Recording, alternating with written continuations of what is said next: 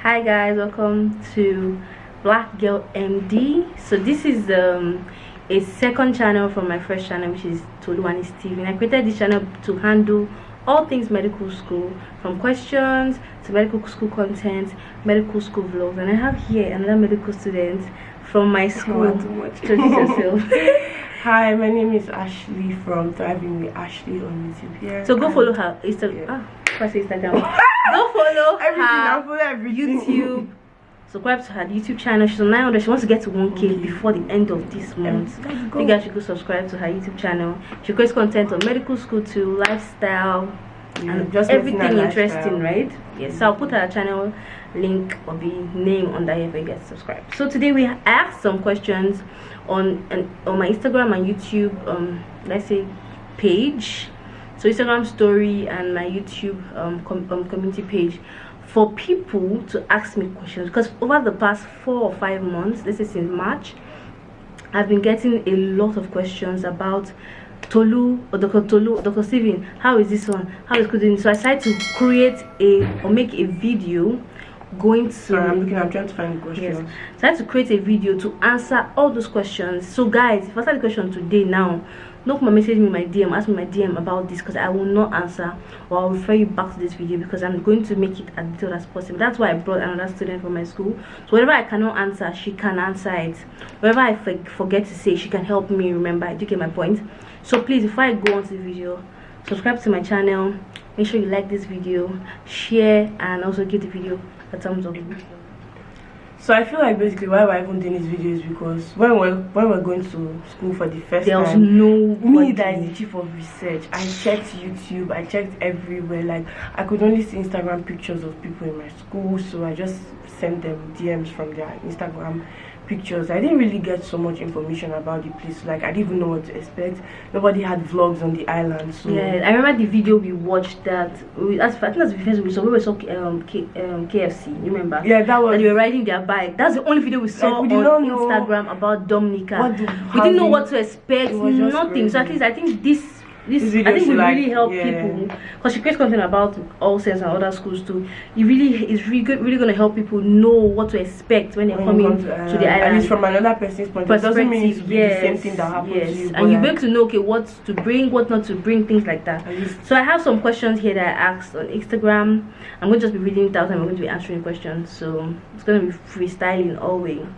So the first question here was from an Instagram subscriber, a subscriber. Yes, follower. An aspirant of medicine. An aspirant of all sense medicine. Of all sense medical. The person said, what's rent like for 1, 2, 3 bedroom apartments? First of all, this is like something that is public, so you cannot really disclose how much you pay for rent, but it can only give you an estimate on how much you can expect. Generally, 1 bedrooms. I think we lived in a 3 bedroom apartment. So the way Dominica houses are, right, they charge per room, not for the whole house. So for example, when we stayed, it was me, her, and my younger brother, right? But at times they can charge you for the whole house, but you know that you are giving them 500 or 500, 300, whatever you're giving them for per room. So for us, right, we stayed in a 3 bedroom apartment. The method we paid was, I'm not going to give you guys the exact cost, because I don't want to see you say that Tolu told me that rent is this one. When they now start arguing, no, I'm saying estimated we're paying for it. We're paying from 700 to 1,000 EC per room. That's per person or per room. Now in Dominica, you can decide to split your room. For example, if I and Ashley takes a 3 bedroom, right, we can be 4 in the house instead of 3. So me and Ashley can share 1 room, while the other people can stay 1. That's how Dominica houses are. You can share, depending on the landlords, because some landlords they really don't agree sharing. So you can share, but I think I like that aspect, because some people are not able to afford that 1,000 EC per month, and they can split the money and share with somebody. So that was one good thing that I liked about Dominica, the fact that you can share. But another thing is that 1 bedrooms are more expensive than 3 bedrooms, especially if they're in town. They'll be way higher. Closer to school, if they're in Roseau or they're in which other place close to school again. I forgot the name. I was Dominica last 2020 of August. Which is that place? Newtown. This place that is by the sea, where we stayed now. The Goodwill. Yeah, Goodwill. There's so many places that are close to school, close to town. You close find to, yes, they are more expensive. And I feel like those ones are smaller, like smaller. I can remember we stayed in the first house stayed in. I can put in little clips here. The first house stayed in was like it was 3 bedrooms, right? but it was up, like it was. And then the second was outside. Outside, yes. And it was small. It was small, and the amount we're paying, like, we was like the same amount. Yes, and we're paying the same amount for a bigger and it was space. big. They had a dining table, a dining room. It was furnished. Yeah, it was well furnished. It was good. The one we were staying in the first time didn't have AC in all the rooms. But the place fan, we went to, we got AC in all the rooms, plus fan, and he was also for a very the same landlord price. too. And it was bitchy at the end. So next question is, what's the quality of rotations in Dominica? Do students do to other islands? Or do students go to other islands for it?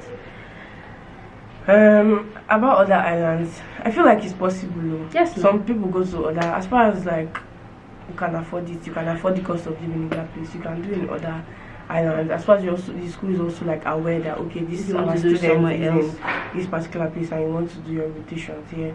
Then on the island, lots of students have done rotations on the island and they graduated, so like it's not a bad option to go do it on the island. I have a friend currently, he's done rotations in Dominica. So the way my school does it, the way our school does is that you're free to rotation anywhere you want to do it. Jamaica, Nigeria, Ghana, anywhere. So far as you have where you want to do your rotations and in, you've paid your school and you've paid your tuition. That's it, just it.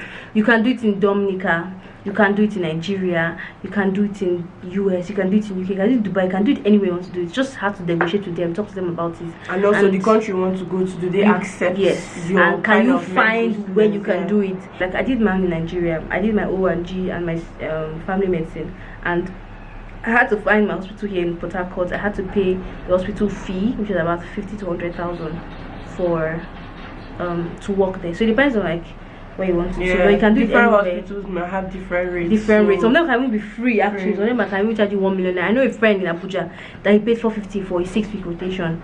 So that's how it is. Whatever it gets, whatever. So next question. Nigeria to Dominica, best airlines, transit and easiest transit visa to get. First of all, there's nothing like best airline. Secondly, I feel like it's your money. It's your money, and whatever your money can get for you, you get the best one you can. There's no best routes to pass through, honestly, in my opinion, because it's still playing your entry to get to wherever you're going to. And mostly the routes are always the same. Yeah, it's always fixed. Always like a particular route, except maybe something is wrong with this country and they'll be like, oh no, they'll reroute it to another country. But like the route is, there's really, you just have to have the money to pay first of all. There's no easy route, like it's traveling is not. But I think like let's mention the route, because it depends on the type of visa. Like if you have a US visa, you fly through the US. Right now, depends on the airline. Like Delta Airline I usually use. Delta Airline goes to Atlanta. From Atlanta, I think it goes to Puerto Rico. No, I think they have a straight flight now to Dominica. Yeah. You get to Atlanta, you get a flight straight to Dominica. But if you have a UK visa, I think you fly through a UK city, a UK state, whatever, and then you go to Dominica. Then if you don't have either of them, you fly through the long route. We call it the long route because it's 3 days. Jesus Christ. It's 3 days. So for the long route, first of all, I went to in Port Harcourt. They didn't have any direct flights to like Ethiopia, so I went to Lagos. I went to Lagos. Then from Lagos, I entered the flight to Ethiopia. Then I stayed over in Ethiopia for some hours, like 20 hours. And then from Ethiopia, I went to Panama. I spent like 5 to 7 hours. Brazil. And from Panama, you now go to Brazil. Oh. From Brazil, I went to Trinidad and Tobago. From Trinidad and Tobago, I went to Antigua, right? Yes. Ah, that was long. Yes, no, it's very long, and you're spending hours. From Trinidad, I didn't go straight to Dominica. I went to Antigua, and then from Antigua, I now went to Dominica. So like I passed through many countries. I think the route that a friend of mine route followed when come Nigeria, she passed from Nigeria, or let's say Lagos. From Lagos, she went to Ethiopia. From Ethiopia, she went to Brazil. From Brazil, she went to Panama. From Panama, she now went to where else? Panama is an island too, right? I think Panama. Yeah, I think Panama. She now went straight to Dominica. But I think yours was like that was during the COVID time, right? It was before COVID. It was like 2019.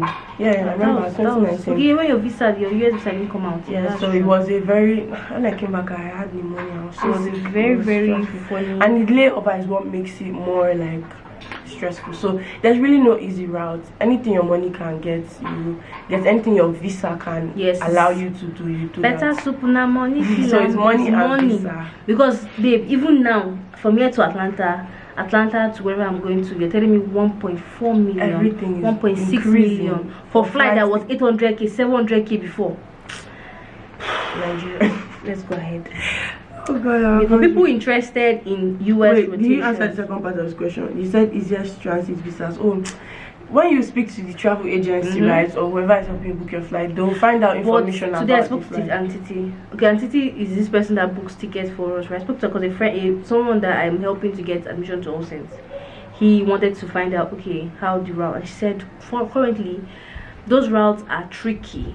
Yeah, yes, very, because very tricky. A lot of places still have COVID-19 protocols, COVID-19 restrictions. Yeah. So finding a flight service is very difficult right now. So today Panama might be open and tomorrow it might say you must spend 1 week there, isolate yourself before you go ahead. So what I advise people who are helping with admission is that okay, they should try to get a UK or US visa. Yeah, UK is easier right now. So try and get a UK visa so you know you are just traveling easier. But if you want to go through that long route, God forbid you go and get stuck somewhere and then you'll be able to move. Yeah, and you know it's a foreign country. Exactly. Without visa, I might not be able to go into the country. So the next question I asked for was for people interested in US rotations, what ways to max visa success chance?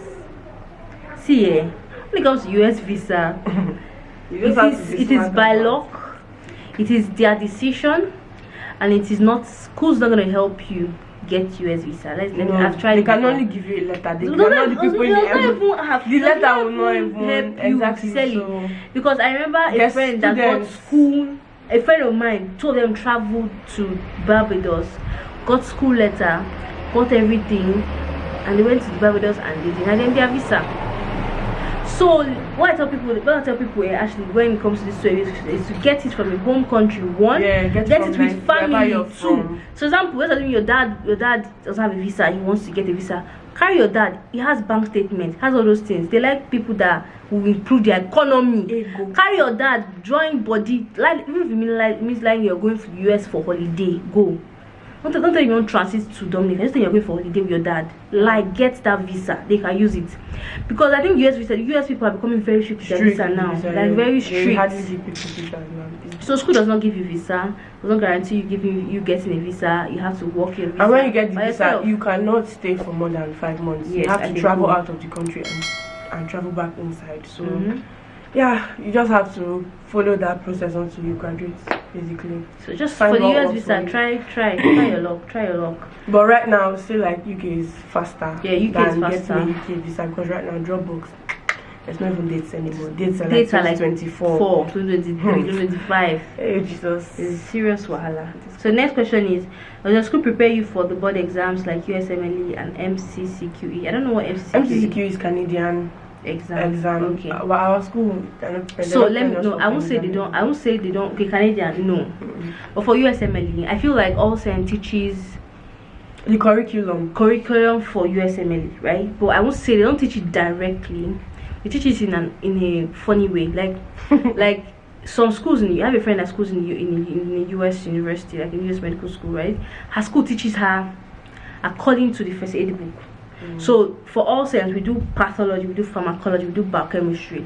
But for most US schools, they do it block. They do repro, they do respi. Everything on everything on that respi and repro, they do it. You say in M3. Yeah. So maybe M3 when you're doing microbiology. You're doing everything, respiratory, everything. But the way also does theirs is they do it per subject. So if you're doing pathology now, you're doing patho respi, patho repro, patho everything.